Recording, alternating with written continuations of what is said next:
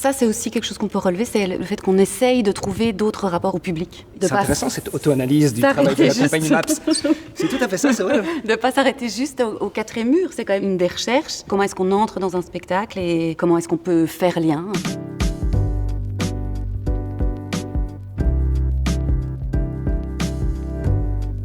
MAPS. MAPS, c'est le nom de notre compagnie. Alors la compagnie MAPS, c'est quoi, c'est qui? C'est nous. Olivier Lenel. Stéphanie Manger. Manu de Candido. On travaille évidemment sur des projets théâtraux qui s'intéressent à des questions de société, mais au-delà de l'aspect théâtral pur, on va dire, il y a aussi tout un aspect d'accompagnement, réflexion autour de l'acte d'écrire. Et du processus de création, dans un sens plus large. Et donc on mène une série d'ateliers et de dispositifs d'accompagnement d'artistes, dont le dernier en date, la résidence Enfants à demi. On existe depuis 10 ans et forcément au fur et à mesure des années on essaye de redéfinir les processus, on essaye de fonctionner avec un fonctionnement pas trop vertical, de trouver sur chaque projet comment chacun peut prendre sa place. Ça prend un peu de temps, le mode de décision est on est très lent pour décider de tout, pour créer, on fait du spectacle documentaire qui prend, c'est très lent. Et en même temps on voudrait pas en changer. Non.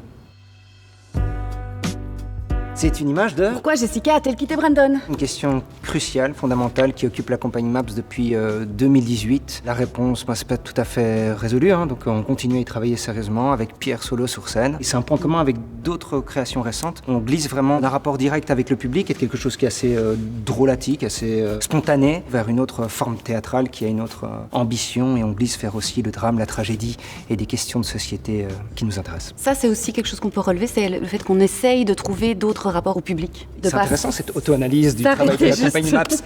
C'est tout à fait ça, c'est vrai. De ne pas s'arrêter juste au quatrième mur, c'est quand même une des recherches. Comment est-ce qu'on entre dans un spectacle et comment est-ce qu'on peut faire lien. Écosystème créatif. Au cours de nos recherches et de nos créations, on s'est retrouvés face à des besoins d'avoir du temps pour créer, des besoins d'avoir du temps pour écrire. Et puis, au cours de ces 10 ans, on est devenus parents. Ça a légèrement changé la réalité. Et on s'est dit... What the fuck? Il n'y a rien qui est prévu pour les artistes parents. On est complètement laissés à nous-mêmes.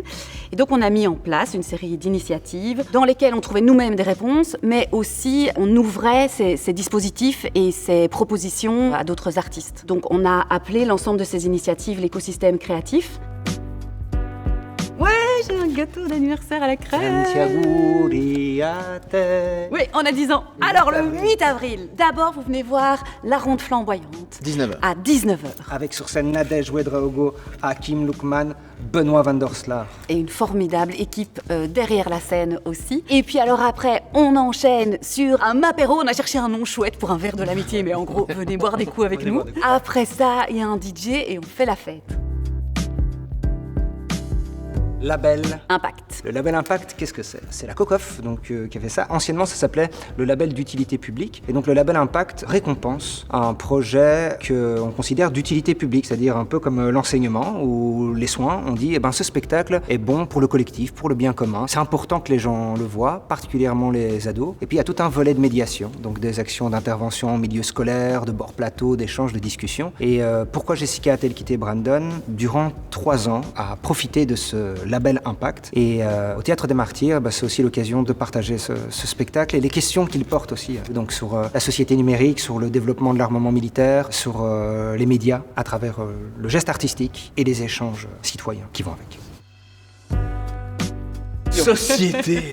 En fait, la compagnie MAPS essaye de s'inscrire dans notre société, mine de rien, à la fois dans les thématiques qu'on aborde, et puis à la fois dans ce que Stéphanie expliquait fort bien, de comment, à notre niveau, nous inscrire dans le paysage culturel et essayer de faire changer les choses et les mentalités, notamment au niveau de la parentalité. Donc c'est quelque chose auquel on est attaché très très fort et auquel on réfléchit. Et j'ajouterais même, et ça s'est fort vécu avec la ronde flamboyante, c'est aussi comment est-ce qu'on réfléchit les rapports de pouvoir au sein même d'un groupe d'artistes. On sait qu'on a tous des fonctions, mais comment est-ce qu'on fait pour que la circulation se fasse dans les échanges? Comment est-ce qu'on fait pour réfléchir ensemble un projet, pour le mettre en place? Donc c'est aussi un geste sociétal qui nous est cher et qui, à mon avis, va continuer à nous suivre dans les créations futures. Je m'avance un peu par rapport à mes collègues, mais je ne pense pas qu'il y en a un qui voudrait revenir à quelque chose de plus dictatorial. Oui. On vote.